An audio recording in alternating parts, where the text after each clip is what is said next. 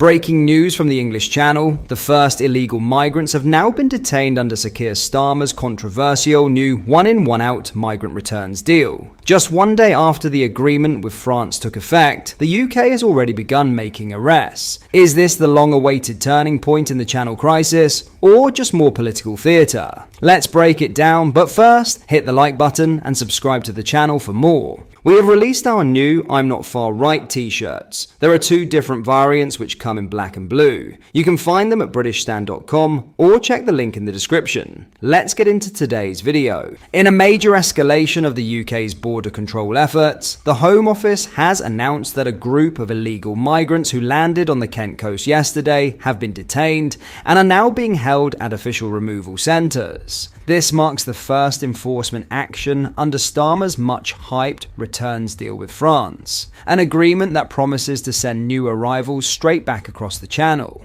These migrants were picked up just before 1:30 p.m. on Tuesday by the Border Force vessel Typhoon, after making the treacherous journey from northern France in a small boat. They were brought ashore at Dover, processed at the Western Jetfoil site, and quickly transferred into secured detention facilities pending removal. The UK is expected to formally refer their cases to French authorities within 3 days, triggering a 2-week window in which France must respond and confirm their return. If approved, these migrants could be flown or ferried back across the Channel within weeks. Home Secretary Yvette Cooper made a public statement this morning, hailing the detentions as a landmark moment in Britain's attempt to reclaim control of its borders. Her message was blunt and directed squarely at the migrant routes and the criminal networks profiting from them. She said, "Yesterday, under the terms of this groundbreaking new treaty, the first group of people to cross the Channel were detained after their arrival at Western Jetfoil and will now be held in detention until they can be returned to France."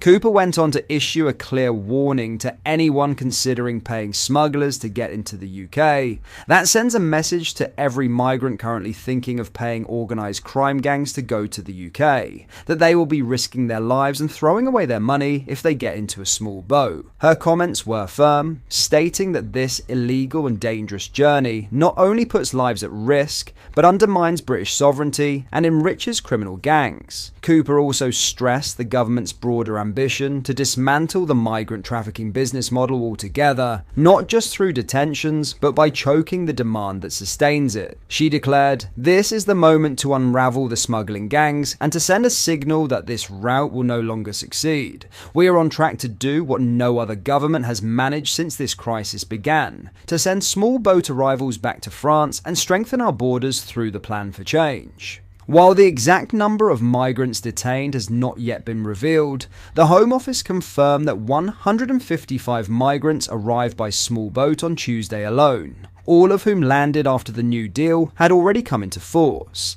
Officials have indicated that both UK and French authorities will closely monitor the enforcement of the deal over the coming weeks. Joint teams will work to swiftly identify eligible migrants and enforce removals without legal delay, though many observers remain skeptical about how watertight the agreement truly is, given previous failed deals. So, the first migrants detained under the new deal have been locked up. But is this just a symbolic show of force, or the beginning of a serious clampdown? One thing is certain: after years of record crossings and public frustration, the Starmer government is under immense pressure to prove that it's not just talking tough, but actually delivering results. Stay tuned, because if France refuses to take them back, or if removals are delayed by legal challenges, this could quickly turn into a political disaster for Labour. In other news, staff at HM Revenue and Customs have been slated for holding a seminar on the guilt of being British during working hours. The hour-long session, run by HMRC Race Network from 11 a.m. to midday on Tuesday, was titled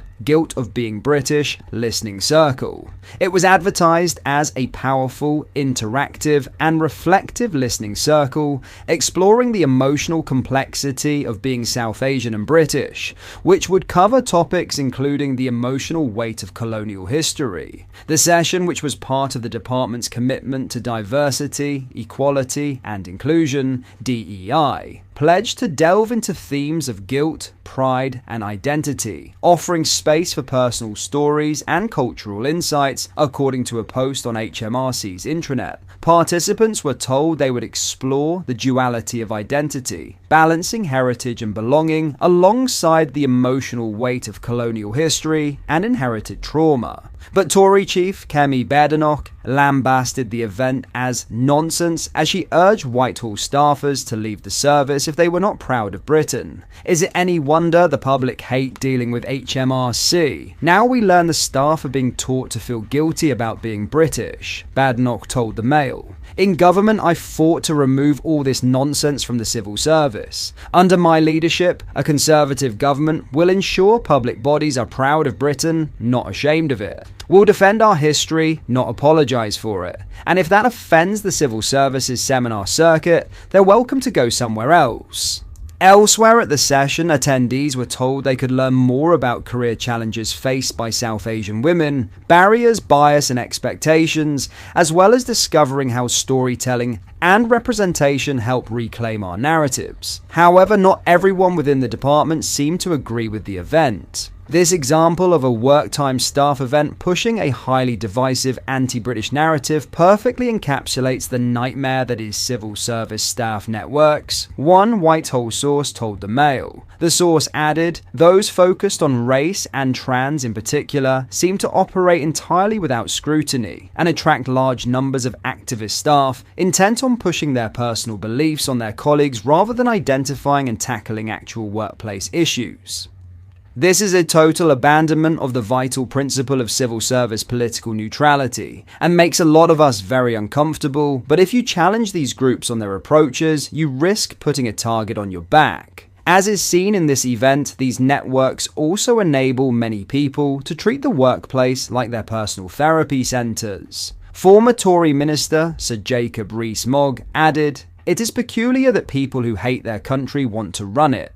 Perhaps I should offer a course on why being British is to win first prize in the lottery of life. It comes as patience dwindles with HMRC's performance, as hundreds of thousands of calls from taxpayers go unanswered every month. Earlier this year, Parliament's Public Accounts Committee produced a report which found HMRC answered just 66.4% of customers' attempts to speak with an advisor, well below the target of 85%. Joanna Marchong, Investigations Campaign Manager at the Taxpayers Alliance, said, taxpayers are fed up of bankrolling woke staff networks. While HMRC Quongocrats sit around in circle whining about colonialism, hardworking Brits are being left on hold for hours on end. Staff networks should not be funded by taxpayers, and they certainly shouldn't be happening during working hours. While it is not known how many of the 60,000 HMRC staff attended the event,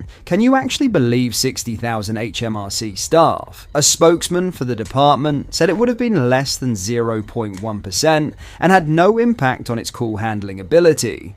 What are your thoughts on what we discussed in today's video? Let me know down in the comment section below.